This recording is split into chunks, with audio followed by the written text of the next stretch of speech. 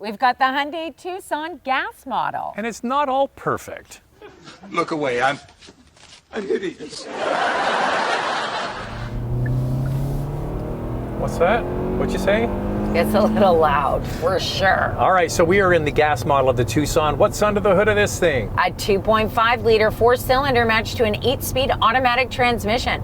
187 horsepower and 178 pound-feet of torque. Standard all-wheel drive in Canada, but in the U.S., front-wheel drive and all-wheel drive options are available. Now, we're not focusing on it on this video, but there's also a hybrid and a plug-in hybrid with a 1.6-liter turbo four-cylinder, and that comes with a 6-speed automatic transmission. The hybrid gets 231 horsepower, 258 pound-feet of torque.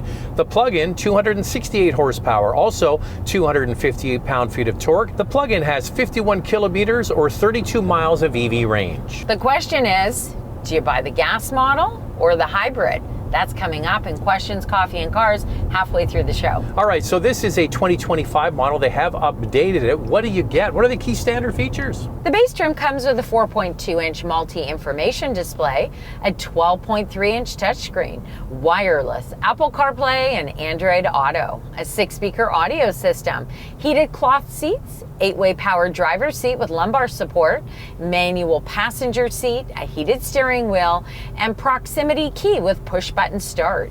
In the U.S., since there are more trims, some of these features are not standard, like heated front seats, a power driver's seat, and a heated steering wheel.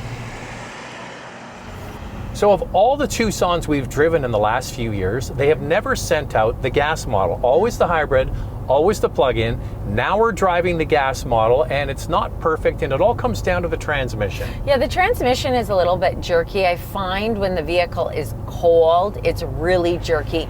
Once it warms up and you're driving at kind of a nice pace, it does smooth out a little bit. But I do find that it is jerky, and I wish it was more refined. So when you're on the highway and you're ready to make that pass and you really kick it... No, you can't do it yet. What do we got to put it in? Got to put it in S for subscribe. And if you can hit that notification bell, you'll be notified when all of our reviews drop, and then you can watch them. And we do this, the couple car review, twice a week. The first one drops on Wednesday. We put another one out on Saturday. So make sure to like and subscribe. Okay, there you go. Now we're going to kick it, Andrea. And so there's a slight delay first off when you go, and then it gets loud. Yeah, well, all these in this class kind of get loud, but it's kind of hard to get it to replicate it every single time, because now the car is up to full operating temperature. I do find that the lack of responsiveness and that kick down feature isn't as good when the car is cold. Now, what it does well is it offers a comfortable drive. The cabin is fairly quiet once you get it up to highway speed, or when you're driving around in this city. You'll also find that the steering is so light in this model that those tight places when city driving, the vehicle is very easy to maneuver. So this is an updated model. It's a 2025 model. What did they do on the outside? Because I'm not a Tucson aficionado. I know my Tucsons, but I can't spot much of a difference. Well, it does have a new grille, revised front and rear bumper fascia. You've got new wheel designs, and boy, all I can see in these wheels that we've got are wrenches all around. Who's with me? All right, so I'll translate. If you live in the UK or Australia, they're not called wrenches, they're called spanners.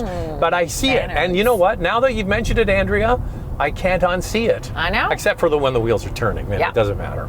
So a few tweaks to the exterior. You'll notice when we get to the interior, that's where quite a few changes were made. The Tucson has 8.3 inches of ground clearance and comes standard with LED headlamps, body-colored door handles and side mirrors, 17-inch wheels, and in Canada, you get a tire repair kit.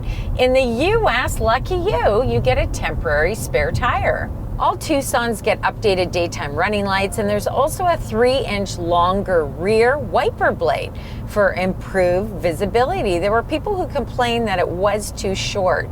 Now, we've got the Outdoor Focus XRT model, which is new to Canada for the 2025 model year. It was already available in the US last year. It has raised roof rails, XRT badging, a dark chrome grille, dark chrome front and rear bumper trims, black side cladding, LED tail lamps, and 18-inch XRT specific wheels. So you don't need to have an eagle eye to spot the differences on the inside. Car manufacturers are really updating interiors because this is where you spend all your time. So they used to have one panel in the middle that was framed by shiny hard plastic with all the buttons there. Now they've separated the HVAC controls with the single panel screen behind the steering wheel, which separates the instrument cluster and the entertainment system. And this is what we're seeing across the board from both Hyundai and Kia. What size screen do you get behind the steering wheel? So standard is 4.2 inch, available 12.3 inch digital driver display. And then the 12.3 inch touchscreen is standard. This is a new infotainment system that Hyundai has added, and it comes standard now with wireless Apple CarPlay and Android Auto, a welcome addition. This user interface is faster than the outgoing model. The graphics are sharper and clearer. I think that you'll be really impressed with the way that it performs. Okay, so the other changes they made are really around the center console. So we're seeing a shift, wait for it, that's the pun, to a new shifter. And we're going to bring this up in a moment in our hot topic about a recall around this, so make sure you stick around for that. And so what they've done is a common shifter for the gas, the hybrid, and the plug-in. What that does is open up real estate here in the center with a new armrest and more space underneath it. I think that the space is welcome. We'll get to that shifter later. Yeah, and there's a new center stack, and you've got all of your buttons really at your fingertips. I think that is so nice considering so many manufacturers are putting so many features into the screen. The dash is also new. Hyundai has added a tray up here for extra storage above the glove box. What I do find is overall storage in here is very good because you've got that large tray where you can put a purse or snacks, and even this center console cubby is quite large and deep. What I don't like is that the door pockets are quite narrow, and I find it a little bit tough to stick a water bottle in there. Basic stuff, right? Basic stuff. There's also a new steering wheel, and then you've got 4 dots on the steering wheel, which is Morse code for H. Hermes. Now there's only 2 trims in Canada, many more in the US. So in the US, you get a lot more features on those higher trims. It's unfortunate because this gas model is missing a lot of features in Canada, like a power passenger seat. There is no height adjustment, no ventilated front seats, heated rear seats, driver's seat memory, a head-up display, or a 360 camera. You have to move up to the hybrid or the plug-in hybrids to get it. Some of those things I'd miss, a lot of them I wouldn't. Some people really complained because this was the trim that gets the sunroof, no panel roof. So how do you get a panel roof? Yeah, this XRT model has a sunroof. In Canada, in the US, you don't get anything. The panoramic sunroof in Canada, you can get the preferred model and add the trend package. That'll get you that panel roof. In the US, it's standard on the top trim. So this comes standard with cloth upholstery, available leatherette, which we have on our test model, and in the US, leather trim is also available. Here are available features for the Tucson in Canada and the United States. You can get a 12.3-inch digital driver display, a wireless charger, 8-speaker Bose sound system, 64-color ambient lighting, and a power liftgate. So the Tucson, just like the Kia cousin, one of the biggest in this class. Getting in the back seat, you get a lot of legroom, good headroom. The rear seats recline, and it has vents and USB ports in the back. How does it stack up? Comparing the Tucson to the Honda CR-V, the Tucson has 41.4 inches of front row legroom, which is similar to the CR-V. Second row legroom of 41.3 inches is 0.3 inches larger than the Honda.